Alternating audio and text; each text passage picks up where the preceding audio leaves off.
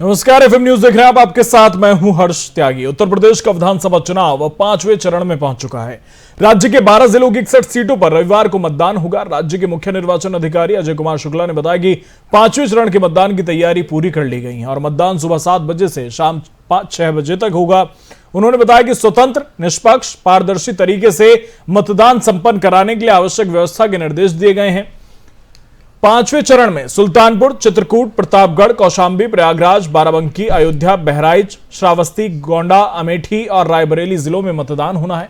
शुक्रवार की शाम 6 बजे इन 12 जिलों की 61 विधानसभा सीटों के लिए चुनाव प्रचार थम गया। जानकारी के अनुसार 5वें चरण में 692 उम्मीदवार चुनाव मैदान में हैं, जिनकी राजनीतिक तकदीर का फैसला करीब 2 करोड़ 24 लाख मतदाता करेंगे। प्रतापगढ़ के कुंडा से चुनाव जीत रहे रघुराज प्रताप सिंह इस बार अपनी जनसत्ता पार्टी के टिकट पर परंपरागत सीट पर चुनाव मैदान में हैं। प्रतापगढ़ जिले में ही अपना दल कमेरावादी की अध्यक्ष कृष्णा पटेल समाजवादी गठबंधन के उम्मीदवार के रूप में बीजेपी को टक्कर दे रही है। 5वें चरण का चुनावी सपा बसपा के साथ साथ बीजेपी के लिए भी काफी अहम है। बीजेपी पर जहां पुरानी जीत कायम रखने की चुनौती है, वहीं सपा बसपा को उससे आगे निकलने की चाह है। बीजेपी ने 2017 में इस चरण की 61 में से 47 सीटें जीती थी और सपा ने 2012 चुनाव में 41 सीटों पर परचम लहराया था।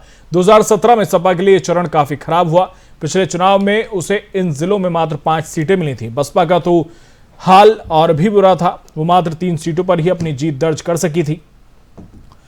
तो आपको बता दें कि गोसाईगंज में खब्बू तिवारी की पत्नी आरती तिवारी और अभय सिंह के बीच मुकाबला है। तो बेहद महत्वपूर्ण ये चरण माना जा रहा है और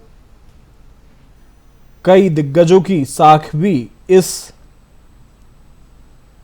चरण में है। और इसी पर बातचीत के लिए हमारे साथ मेहमान जुड़ रहे हैं। हमारे साथ बीजेपी से संदीप दुबे जुड़े हैं। बहुत बहुत स्वागत है आपका संदीप। और इसी पर बातचीत के लिए हमारे साथ मेहमान जुड़ रहे हैं। हमारे साथ बीजेपी से संदीप दुबे हैं। बहुत बहुत स्वागत है संदीप दुबे आपका एफएम न्यूज में। साथ ही कांग्रेस से संत शुक्ला किराड़ी हमारे साथ जुड़ रहे हैं। बहुत बहुत स्वागत है आपका भी। शुक्रिया जनाब, बहुत बहुत आभार। शुरुआत संदीप दुबे आपसे ही। 5वां चरण, 692 उम्मीदवार मैदान में, 61 सीटें और 5वां चरण का चुनाव मतदान होते ही यह तय हो जाएगा कि माहौल किस तरफ है। क्या कुछ लग रहा है, किन किन मुद्दों पर इन 12 जिलों में भारतीय जनता पार्टी काम कर रही है? देखिए, उत्तर प्रदेश के अंदर योगी जी ने अपने कार्यकाल में सूबे को दंगा मुक्त रखा और सबसे बड़ी बात है, बीमारू राज्य हुआ करता था के समय उत्तर प्रदेश आज आधुनिक प्रदेश है। इससे बड़ी बात क्या हो सकती है? और उत्तर प्रदेश के लोगों का दिल जीतने का काम यशस्वी मुख्यमंत्री योगी आदित्यनाथ जी ने किया और हम लोगों ने जो काम किया वो काम के आधार पे हम गए। आज अयोध्या में जो राम मंदिर का निर्माण हो रहा है, अयोध्या और उसके आसपास के जितने भी शहर हैं, जिले हैं, इवन विश्व में ख्याति पहले तो थी भगवान श्री राम की, लेकिन आज अयोध्या की भी ख्याति विश्व में और बढ़ी है। और ये कैसे कोई भूल सकता है? हमने 34,80,000 लघु उद्योग स्थापित उत्तर प्रदेश में किए हैं। हमने कम से कम जो 4 करोड़ के आसपास जो मजदूर हैं उनका भरण पोषण की व्यवस्था सुनिश्चित की है। 4.5 लाख लोगों को हमने सरकारी नौकरी उत्तर प्रदेश में दी है। 6.5 करोड़ लोगों को स्वास्थ्य बीमा कवर दिया है। 2 करोड़ परिवारों को गैस कनेक्शन दिया है। 1.5 लाख सरकारी स्कूलों की व्यवस्था की है। तो हम जो काम किए उस काम के आधार पे हम जा रहे हैं। विपक्ष क्या कर रहा है? विपक्ष कह रहा है कि भैया ये देखिए कोई लोहा है, लोहे में जंग लग गई है। वो हम पंडितों का अपमान कर रहा है विपक्ष, साधुओं का अपमान कर रहा है विपक्ष। लेकिन संदीप दुबे, संदीप दुबे, इसमें उन लोगों को भी तो गिनिए जिनका अयोध्या में चौड़ीकरण होने की वजह से, वहां पर विकास होने की वजह से रोजगार छिन गया है, जिनके घर वहां से हट गए हैं। क्या लगता है कि वो वोट देंगे आपको? सरकार ने उनको मुआवजा दिया है, सरकार ने उनके लिए काम किया है और वो लोग सारे लोग सरकार से खुश हैं। दुखी कौन है? दुखी वो है जो इस देश में आतंकवादियों का समर्थन करता है। दुखी वो है जो विचारों में जिसकी पवित्रता नहीं है। दुखी वो है जो चाहता है कि लखनऊ मेट्रो बनी, आगरा मेट्रो बनी, गोरखपुर मेट्रो बनी, मुख्यमंत्री सुकन्या योजना में हम लोगों ने काम किया। जो काम को कोई न गिनवाए, वो काम से उनको दिक्कत है। हम तो विकास की बात कर रहे हैं, विकास के मुद्दे पे काम कर रहे हैं। हमारे काम को जन जन में सराहना मिल रही है। कौन भूल सकता है कि कोविड काल के अंदर उत्तर प्रदेश सरकार की हर जगह सराहना हुई। और आज एक और बात मैं आपको बता दूं, 2017 में जो उत्तर प्रदेश का बजट था वो 2 लाख करोड़ का होता था, और आज जो वो बढ़ के 5 लाख करोड़ पहुंच गया। तो विकास इसी को तो कहते हैं, बजट डबल से ज्यादा हो गया। पहले जीएसटी में हमें 49,000 करोड़ के आसपास मिलता था, अब आज एक्साइज और जो। लेकिन संदीप दुबे, आप भले से ही ये कहते रहें कि सरकार से अयोध्या के लोग खुश हैं, लेकिन आप उस नाराजगी को अनदेखा कर रहे हैं जो नाराजगी वहां के लोगों में हुई है। आपको मालूम होगा कि लगभग 3,000 के करीब मंदिर थे वहां पर जो हट चुके हैं, जिनकी मान्यता अलग अलग तरीकों से लोग करते थे, जो रोजगार था वो वापस नहीं मिल पा रहा है उन्हें। तो उस नाराजगी को आप अनदेखा कर रहे हैं। नहीं, हम किसी नाराजगी को अनदेखा नहीं कर रहे हैं। ये विपक्ष जो है, विपक्ष ऐसी बातें करता रहता है, विपक्ष के बहकावे में कोई नहीं आने वाला। चलिए ठीक है संत शुक्ला जी, इस चरण में कांग्रेस के सामने चुनौती है अपना गढ़ वापस लेने की, जो आप खो चुके हैं 2019 लोकसभा चुनाव में। क्या लग रहा है वापसी कर पाएंगे अपने गढ़ में? निश्चित रूप से कांग्रेस सत्ता में आ रही है। इन लोगों के पास देखिए, सत्ता की बात बाद में, सिर्फ मैं इस चरण की कर रहा हूं। इस चरण में भी अमेठी और रायबरेली की बहुत जबरदस्त तरीके से बैक नहीं कर रहे हैं, हम लोग लीड कर रहे हैं, बैक नहीं लीड कर रहे हैं और इनका सुपड़ा साफ करने वाले हैं। भारतीय जनता पार्टी को सत्ता से उखाड़ फेंकेंगे। तो इस चरण में आपको और दिखाई दे रहा है कि किस प्रकार से पीछे घबरा कर रहे हैं, आगे इनकी हालत क्या खराब, इनके मुद्दे नहीं है। लेकिन एक बात बताइए संत शुक्ला जी, 2019 में अमेठी की जिस जनता ने राहुल गांधी को नकार दिया, आखिर पिछले 2 साल में कांग्रेस ने ऐसा क्या किया कि वो अमेठी की जनता वापस कांग्रेस को स्वीकार करे? देखिए, कांग्रेस तो विपक्ष की भूमिका पूरी निभा रही है, लेकिन जो सत्ता में बैठी हुई भाजपा सरकार है वही वहां कुछ नहीं कर पाई है। लोग उसका एंटी इनकम्बेंसी हो रही है, कितना विरोध हो रहा है। आपको देखो, स्मृति ईरानी को इलाके में जाने के लिए कितनी दिक्कत उठानी पड़ी, और वहीं राहुल जी को, प्रियंका को कितना प्यार मिला। ये देखिए श्रीमान जी आप। और यूपी के अंदर वो बम्बार होने वाला अब की बार कि आप ध्यान से रखिएगा। इनके पास कोई मुद्दे नहीं है, विकास का मुद्दा इनके पास नहीं है। बेरोजगारी की क्या बोलेंगे, गैस सिलेंडर की जिसकी बात करते हैं, सिलेंडर के लोग आज सिलेंडर लोग भरा नहीं पा रहे हैं, महंगाई इतनी ग्रस्त हो रही है। कर क्या रहे हैं ये लोग? इनके पास कोई मुद्दा नहीं है।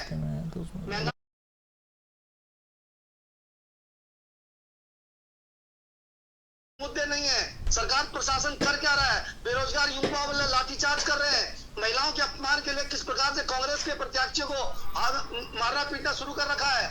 इनका प्रशासन कहाँ है? प्रशासन पूरा गुलाम बैठा हुआ है। संदीप दुबे आवाज मिल पा रही है? हाँ बिल्कुल मिल रही है। मुझे एक बात आपसे कहनी है। जी। मेरे साथी इतने परेशान हैं और उत्तर प्रदेश में कांग्रेस आ ही रही है। संत शुक्ला जी, ये तो अच्छी बात है, लेकिन कांग्रेस ने जो 5 सालों में किया वो मैं बता रहा हूँ। कांग्रेस ने कहा मतदाता गलत है, कांग्रेस ने कहा देश की संसद गलत है, कांग्रेस ने कहा प्रधानमंत्री गलत है, कांग्रेस ने कहा लोकतांत्रिक प्रक्रिया से चुनी सरकार गलत है, कांग्रेस ने कहा 370 हटाया गलत है, कांग्रेस ने कहा जीएसटी गलत है, कांग्रेस ने कहा मेक इन इंडिया गलत है, कांग्रेस ने कहा राम मंदिर गलत है, कांग्रेस ने कहा घुसपैठियों को हटाने के लिए कानून जो सरकार ले आई वो गलत है, कांग्रेस ने सर्जिकल स्ट्राइक को भी गलत बताया था, कांग्रेस ने एयर स्ट्राइक को भी गलत बताया था, सर्वोच्च न्यायालय द्वारा जो कमेटी गठित हुई उसको भी कांग्रेस ने बताया।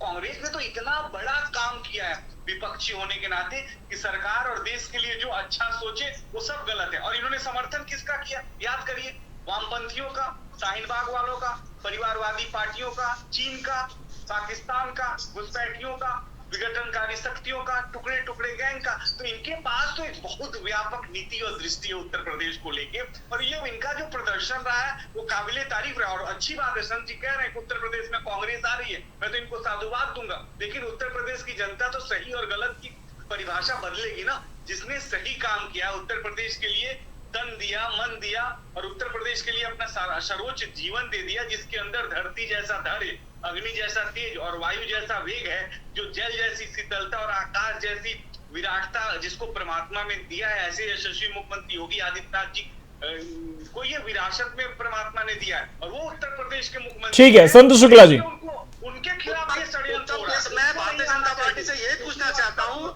जी। एक व्यक्ति ने उत्तर प्रदेश में जन्म लेने वाला व्यक्ति को मुख्यमंत्री का लायक नहीं मिला। ये सोचे। और जिसकी हिम्मत थी तो अयोध्या के लिए जो चुना था, अयोध्या से क्यों भागे ये? भाजपा को चाह ही नहीं रहा, इनकी हालत इतनी खराब हो जाती। अयोध्या से मुख्यमंत्री की जमानत के कगार में थे, उनको एहसास हो गया था, इंटेलिजेंस ने इनको बता दिया था।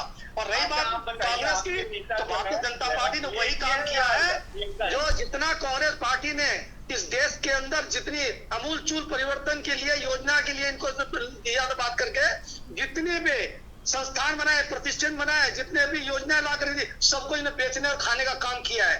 आज भी क्या कर रहे हैं ये लोग उत्तर प्रदेश के अंदर? क्या क्या कर रहे हैं? एक भी बता दे मेरे को चीज। हाथरस पे कांड ले लें, किसानों के लेके अपने लखीमपुर खीरी का मामला ले लें, किसानों पे अत्याचार के मुद्दे ले लें, युवाओं जो बेरोजगारों में लाठीचार्ज का मुद्दे ले लें। चलिए ठीक है, ठीक है। बहुत बहुत शुक्रिया संदीप दुबे, बहुत बहुत शुक्रिया संत शुक्ला जी तमाम बातचीत के लिए।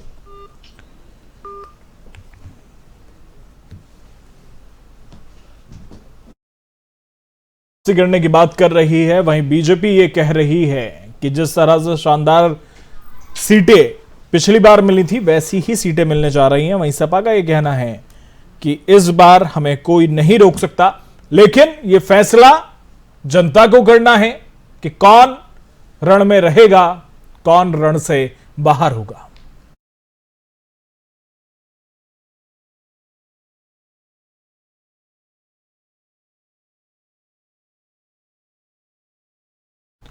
पीएम मोदी ने आम बजट 2022 में स्वास्थ्य क्षेत्र के लिए किए गए प्रावधानों पर आयोजित एक वेबिनार को संबोधित किया। इस दौरान पीएम मोदी ने कहा कि कोरोना टीकाकरण में कोविन जैसे डिजिटल प्लेटफॉर्म के माध्यम से हमारी डिजिटल तकनीक का लोहा पूरी दुनिया ने माना। और भी मैं एक बात बताना चाहूंगा, खास करके प्राइवेट सेक्टर के साथियों से। आज हमारे बच्चे पढ़ने के लिए, खास करके मेडिकल एजुकेशन के लिए, दुनिया के छोटे छोटे देशों में जा रहे हैं।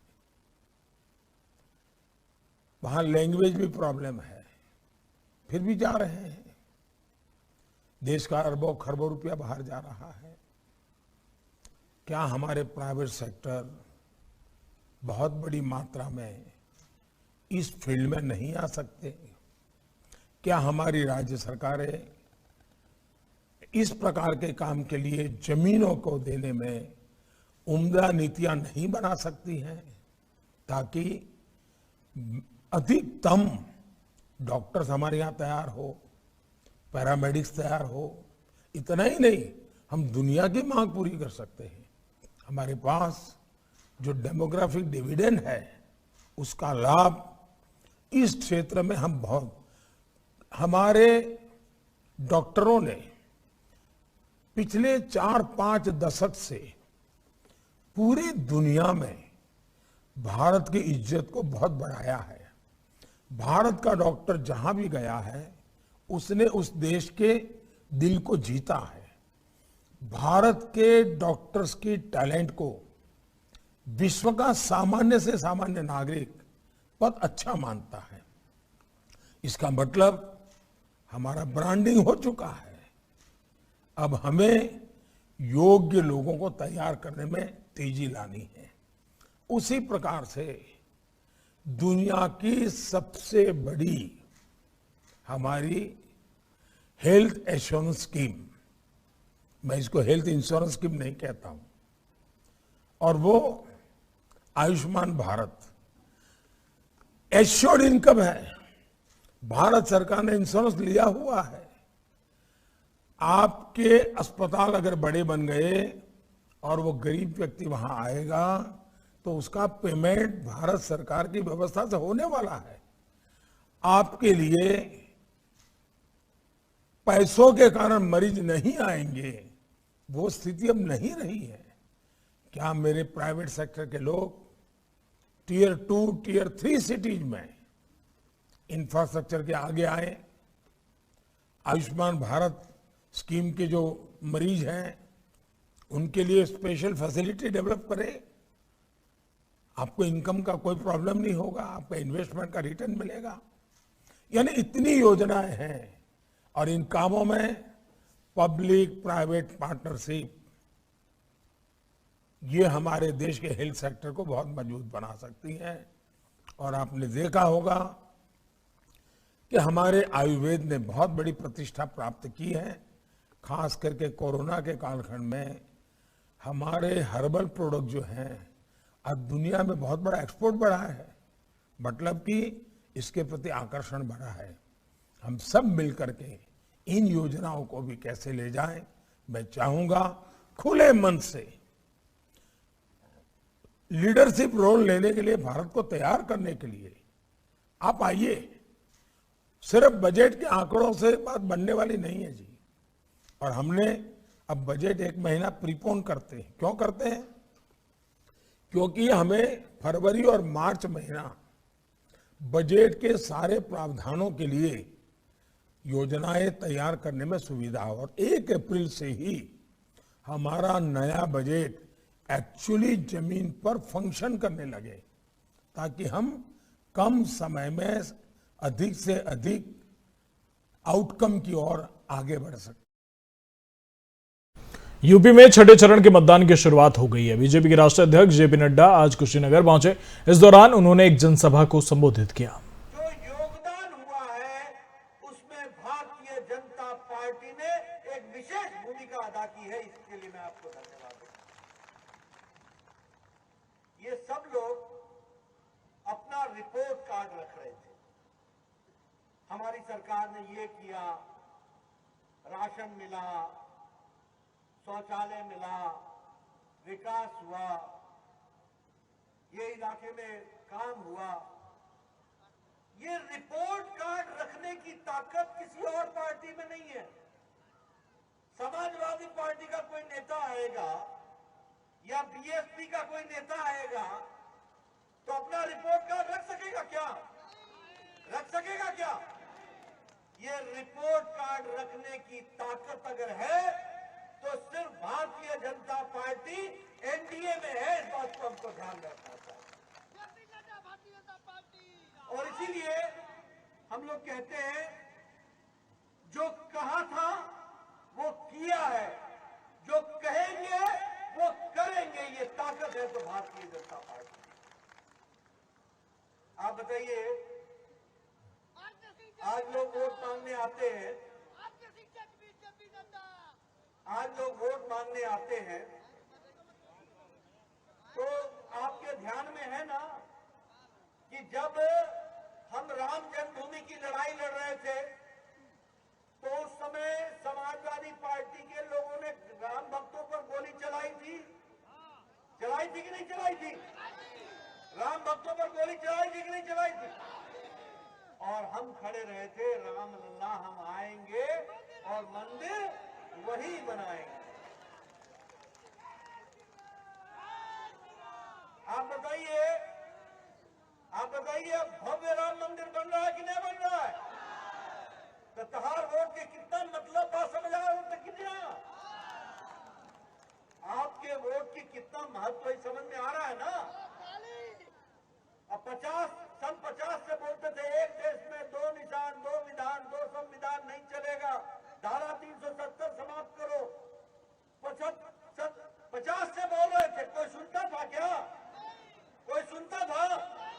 अब मोदी जी का आपने प्रधानमंत्री बनाया और अमित शाह जी को गृह मंत्री बनाया, 2 महीना के अंदर धारा 370 धाराशाही हो गया और कश्मीर भारत का अभिन्न अंग, सब कानून लागू हो गया भारत का। ये फर्क है कि नहीं है? फर्क है कि नहीं है? इसलिए जब हम विवेकानंद जी को बोलते हैं कि इनको भेजो, तो सिर्फ इनको विधायक मत बनाओ, इनके विधायक बना करके योगी जी के हाथ मजबूत करो। खड्डा। फिलहाल मेरे साथ इतना ही। बने रहिए एफएम न्यूज के साथ। नमस्कार।